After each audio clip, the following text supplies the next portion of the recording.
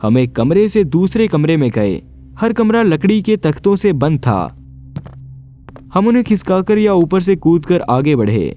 जब आखिरी कमरे में पहुंचे तो हवा इतनी ठंडी थी कि रूह कांप गई।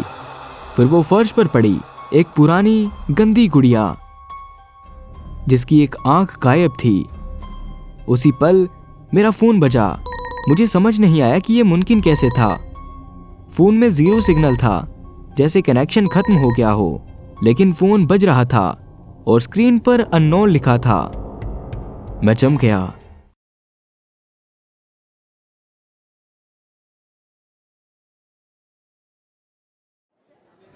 ये एक बिजी शो था और film the silence of the lamps लगी थी। मुझे फिल्म या किताबों के बारे में ज़्यादा जानकारी नहीं थी। मेरे दोस्त ने कहा था कि ये बहुत ज़बरदस्त है, इसलिए हमें जाना ही है। फिर फिल्म शुरू होने से ठीक 1 घंटे पहले उसने मना कर दिया और मैंने अकेले जाने का फैसला किया। जैसे ही मैं अपनी सीट तक पहुंचने के लिए गलियारों से निकला, एडवर्टाइजमेंट शुरू हो गए थे।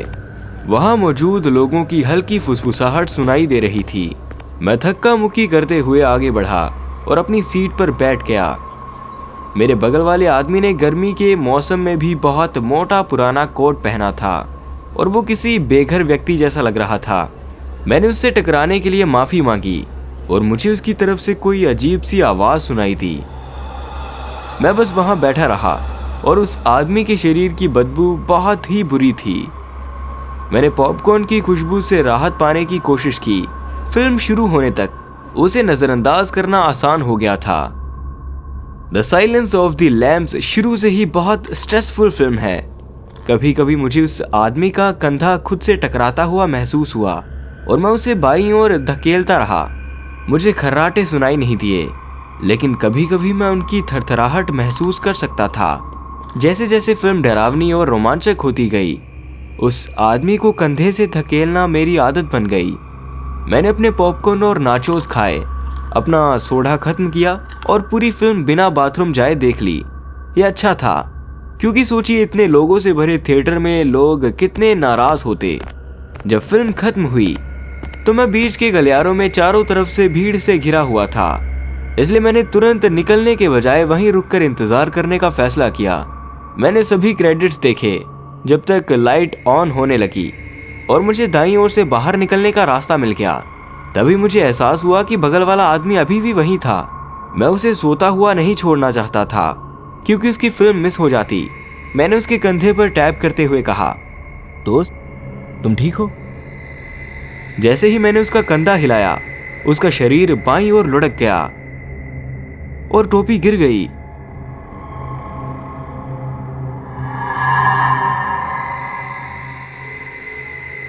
लाइट की रोशनी में मैंने देखा कि वो आदमी मर चुका था, बिल्कुल ठंडा और बेजान। वो बस अभी नहीं मरा था, बल्कि मैं पूरे शो के दौरान एक लाश के बगल में बैठा था। तो फिर वो आवाजें कैसी थी? मुझे ऐसा क्यों लगा जैसे मैं उसे सुन सकता था। बाद में पुलिस ने मुझे ये बात समझाई।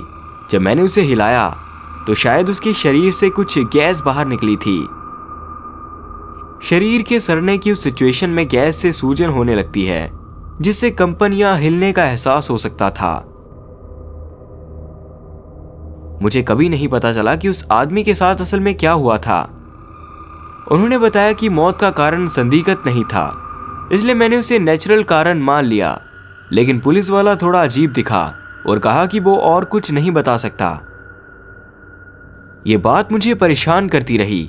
कोई गैर संदिग्ध तरीके से तो मर सकता है, पर नेचुरल कारणों से नहीं। ये कैसे संभव है? वो बूढ़ा आदमी शायद अकेला आया था और किसी तरह ओवरडोज लेकर शांति से मर गया। उसने क्या लिया पता नहीं, क्योंकि ऐसे ओवरडोज आमतौर पर दर्दनाक होते हैं, पर उसने कुछ ऐसा लिया जिससे वो फिल्म के दौरान शांति से मर गया। मुझे हमेशा ये बात परेशान करती थी कि थिएटर के किसी कर्मचारी ने उसे कैसे नहीं देखा।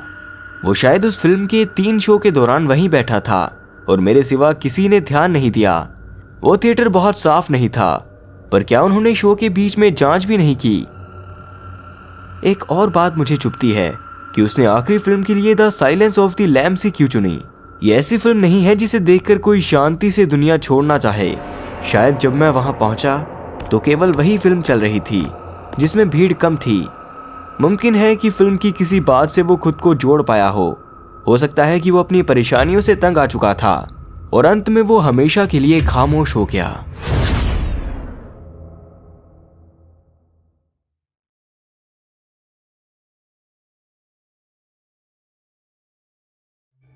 साल 2018 में मैं अपने दोस्तों एलेक्सा और एब्रियाना के साथ बाहर गया था।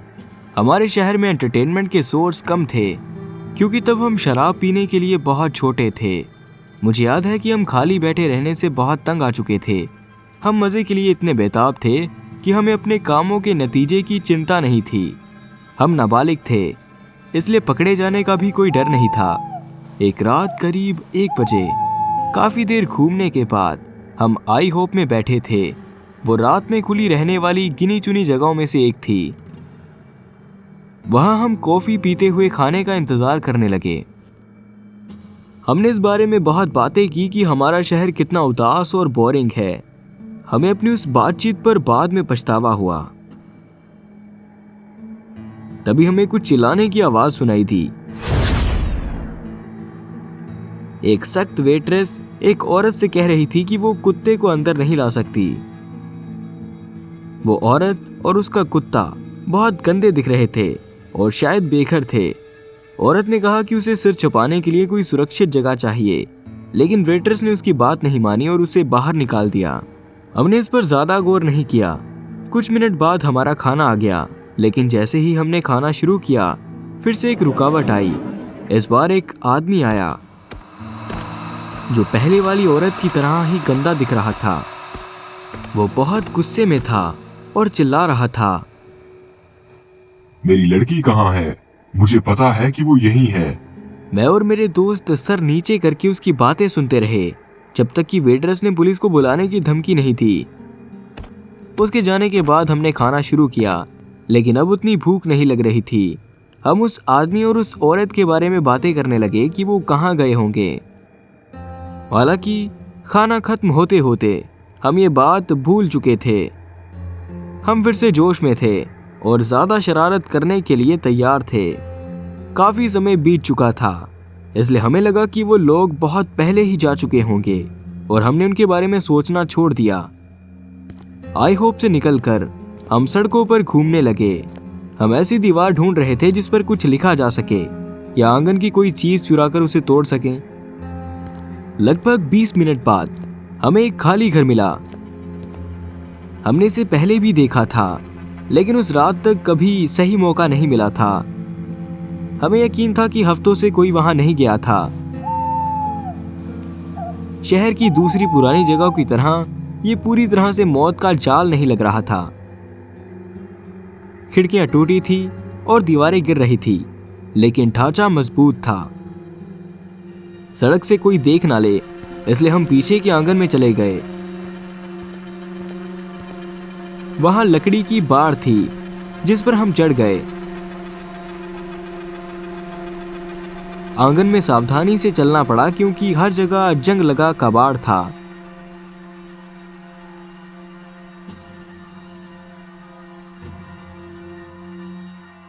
हम पीछे के दरवाजे तक पहुंचे ही थे कि हमें कुछ ऐसा सुनाई दिया जिससे हमारी रूह कांप गई। एक औरत रो रही थी और आवाज घर के अंदर से आ रही थी। हम अपनी जगह पर चमकाए। तभी घर से एक कुत्ता हम पर भौंकने लगा। हमें पता चला कि हम पकड़े गए हैं, इसलिए हम वापस बाड़ की तरफ भागे। अचानक पीछे का दरवाजा खुला और एक आदमी हाथ में बड़ा चाकू लेकर बाहर आया। वो चिल्ला रहा था कि हमें मार डालेगा। हम बाड़ तक पहुंचे और तेजी से ऊपर चढ़ने लगे। मैं सबसे आखिर में कूदा, लेकिन गलत तरीके से गिरने के कारण मेरे टखने में जोर से मोच आ गई। मैं तर्स से चिल्लाया और अपने दोस्तों को भागते हुए देखता रहा। मैंने उन्हें मदद के लिए बुलाया, पर वो इतना डरे हुए थे कि उन्हें एहसास ही नहीं हुआ कि वो मुझे पीछे छोड़ गए हैं। मैंने पीछे मुड़कर बाढ़ की तरफ देखा कि कहीं वो मुझे मार ना दे। एक चेहरा किनारे से मुझे घूर रहा था। उसकी आंखों में सिर्फ गुस्सा था, बिल्कुल भी इंसानियत नहीं थी। यह वही आदमी था जिसे हमने 1 घंटे पहले रेस्टोरेंट में देखा था। किसी तरह उसे वही डरी हुई औरत मिल गई होगी और हम ठीक उसी जगह पहुंच गए जहां उसने उसे पकड़ रखा था। मुझे लगा कि वो मेरा गला काट देगा, लेकिन वो बस चुपचाप मुझे घूरता रहा। आखिरकार मैंने दर्द को नजरअंदाज किया और खड़े होने की कोशिश की।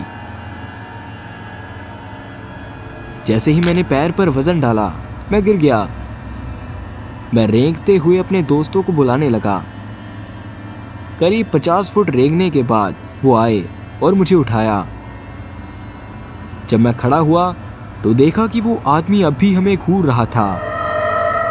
मैंने नजरें हटा ली और सोचा कि इस बारे में बात ना करना ही बेहतर होगा। मैंने उन्हें 1 दिन बाद बताया। तब तक मुझे अस्पताल ले जाया गया, जहां पता चला कि मेरा पैर टूट चुका था। हमने मौत के मुंह से बचने पर चर्चा की। हमें समझ आया कि सिर्फ पुलिस का डर ही बड़ी बात नहीं थी, इससे भी बुरा हो सकता था। उस रात के बाद हमने सावधानी बरती और तय किया कि जान गंवाने से अच्छा है हम बोर हो जाएं। फिर भी मुझे उस औरत को उस आदमी के साथ अकेला छोड़ने का दुख रहा जिससे वो भाग रही थी। वही आदमी जिसने मुझे लगभग मार ही डाला था। मुझे सोचकर नफरत होती है कि उस घर में उसके साथ क्या हुआ होगा और वो क्यों रो रही थी।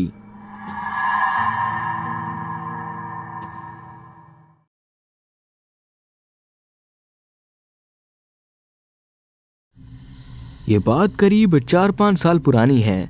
मैं तब भी एक बच्चा था जिसे गर्मियों की शामें दोस्तों के साथ बिताना पसंद था। मैं ईस्टर्न यूरोप के एक छोटे से गांव में रहता हूँ, जहाँ सब एक दूसरे को जानते हैं। ज्यादातर घर रोड के किनारे एक ही इलाके में बने हुए हैं। हालांकि गांव के बिल्कुल किनारे पर बाकी घरों से लगभग 300 मीटर दूर पहाड़ी पर एक अकेला घर है, जिसमें ना दरवाजे हैं ना खिड़कियां।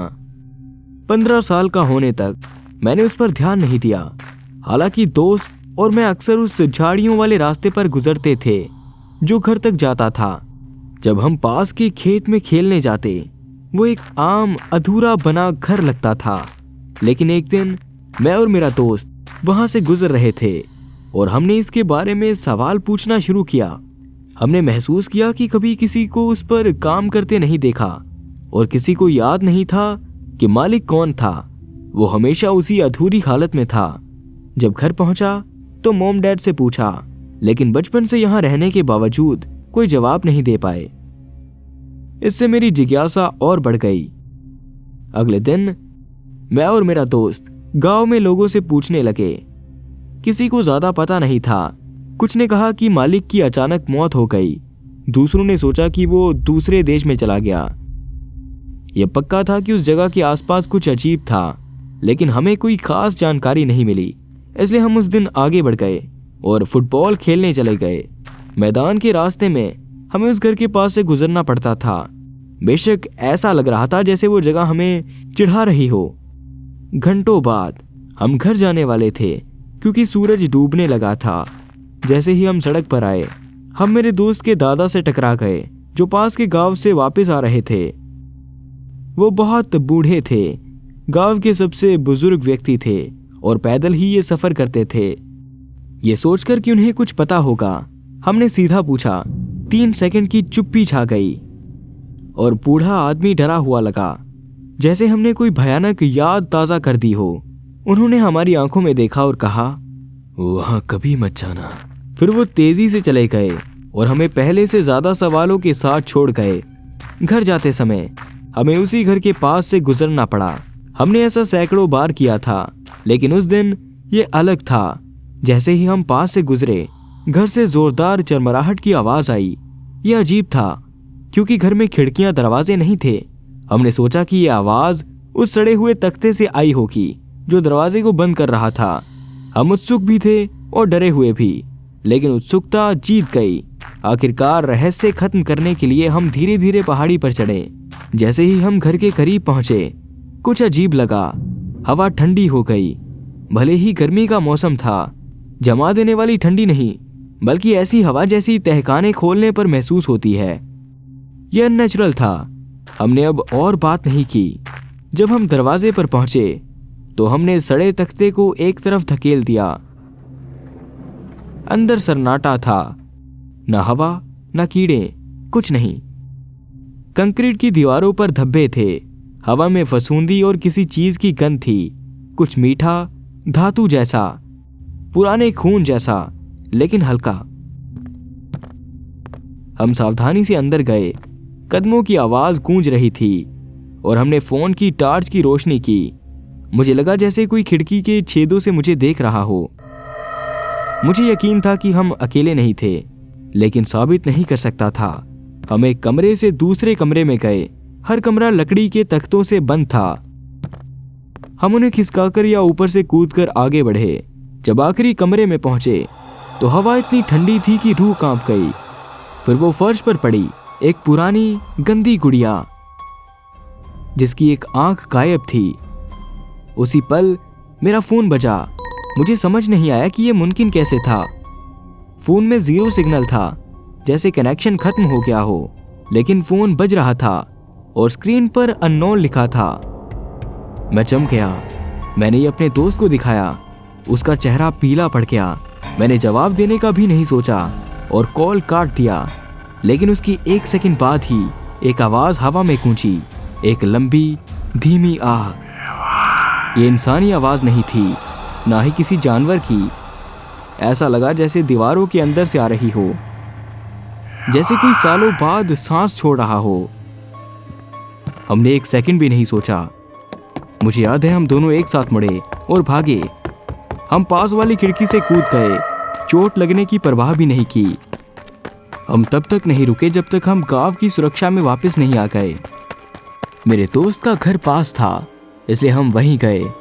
जब हमें थोड़ा शांत होने का समय मिला तो दोस्त के दादाजी दिन भर घूमने के बाद घर लौटे। उन्होंने हमें देखा और समझ गए कि हम उस घर में गए थे। पहले उन्होंने हमें बेवकूफ होने और बात ना मानने के लिए डांटा। फिर उन्होंने आखिरकार बताया कि वो उस घर के बारे में क्या जानते थे। उन्होंने कहा कि बहुत पहले एक परिवार ने वहां घर बनाना शुरू किया था, लेकिन फिर उस घर के अंदर एक दुखद हादसा हुआ जिसमें उनकी छोटी बेटी की मौत हो गई। उसकी मौत के बाद घर छोड़ दिया गया और किसी को नहीं पता कि उस परिवार का क्या हुआ। दादाजी ने उस रात हमें यकीन दिलाया कि वो घर श्रापित है। हमने इस पर विश्वास कर लिया। हालांकि तब से मैंने एक लॉजिकल वजह से सोचने की कोशिश की है, क्या वहां जानवर छिपे थे या लोग। मैं पक्के तौर पर नहीं कह सकता। कभी कभी मैं उस घर को देखना बंद नहीं कर पाता, खासकर रात में। मुझे खिड़कियों में मोमबत्ती की रोशनी की झलक दिखती है, लेकिन फिर मेरा अपना खालीपन उसे बुझा देता है। चाहे जो हो, मैंने तब से उस घर में कभी कदम नहीं रखा और ना ही रखूंगा।